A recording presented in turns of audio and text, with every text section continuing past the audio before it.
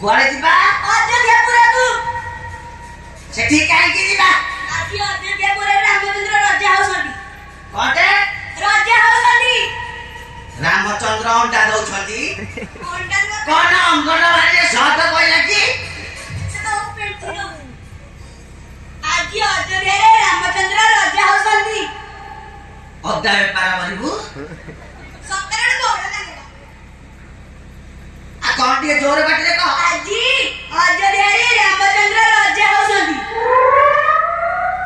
ଆଜି ଅଯୋଧ୍ୟାପୁରୀରେ ରାମଚନ୍ଦ୍ର ଗଞ୍ଜା ଦଉଛନ୍ତି। ରାଜା ହଉଛନ୍ତି। କଣ? ରାଜା ହଉଛନ୍ତି। ସତରେ ସାଲା ଛୁଆମତେ କଣ ଶୁଭୁନି? ସୁବୁନି। ମୁଁ କଣ କାଲା? ମୁଁ କଣ କାଲା? ନା ହେଁ? ଆଜି ଅଯୋଧ୍ୟାପୁରୀରେ ରାମଚନ୍ଦ୍ର ରଜା ହଉଛନ୍ତି। ଏଇ କଥା ତୁ ଏତେ ବଡ ପାଟିରେ କଣ କହୁଛୁ କିଲୋ? ସୁବୁନି କିଛି। ହେଁ? ବଡ ପିଲାଟେ ହେଇଗଲୁ ଆଉ ଜାଣିପାରୁନୁ କିଛି ଆଉ। ହେଁ? ଏ ହାଇଟି ଏଇଠି ଅନେଇଲୁ। ଆଜି ଅଯୋଧ୍ୟାପୁରରେ ରାମଚନ୍ଦ୍ର ରଜା ହଉଛନ୍ତି। ଆମେ ଯିବା ତ? ସତରେ? ଆଉ ତାହେଲେ ଶୁଣି, ମୁଁ ଯାଉଛି ପୁରୋହିତ ରାଜା ଘରକୁ, କାନ୍ଥରେ ଭେଦ ପଇତା ହରିପତିକୁ।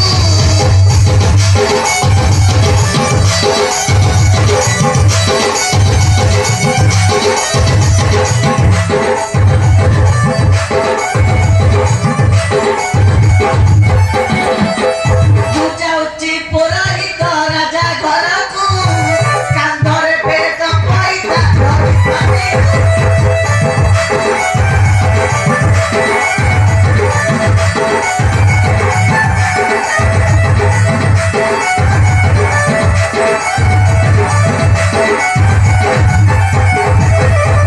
ଅଭିଷେକ ଦେଖିବା, ଭୋଜି ଭାତ ଖାଇବା, ଭୋଜି ଭାତ ଖାଇବା।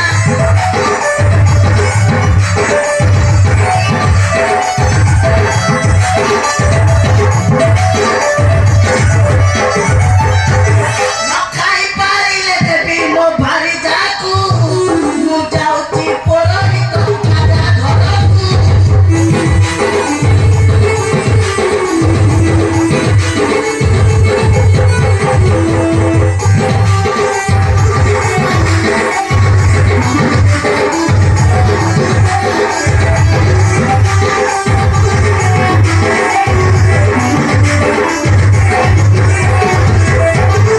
ଅମ୍ବିକା, ଆଉ କଣ ହେଇଛି ଜାଣିଛୁ?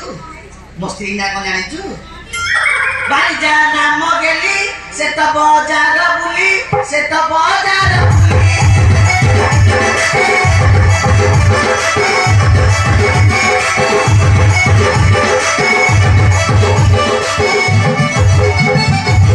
ବାଣିଜା ନାମ ଗେଲି, ସେ ତ ବଜାର ବୁଲି, ସେ ତ ବଜାର ବୁଲି।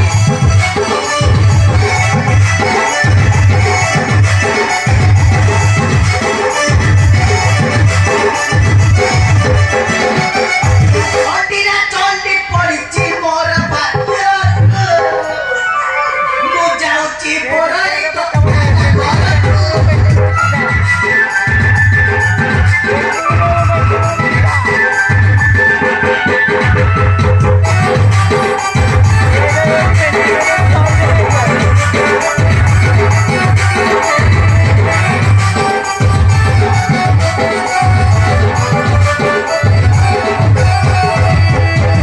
ଅମ୍ବିକା, ଲେଟ୍ ହେଇଯିବ ଶୁଣି। ସତରେ ଯିବା ହାରି? ଏ ଶୁଣ ଶୁଣ ଶୁଣ ଭାଇନା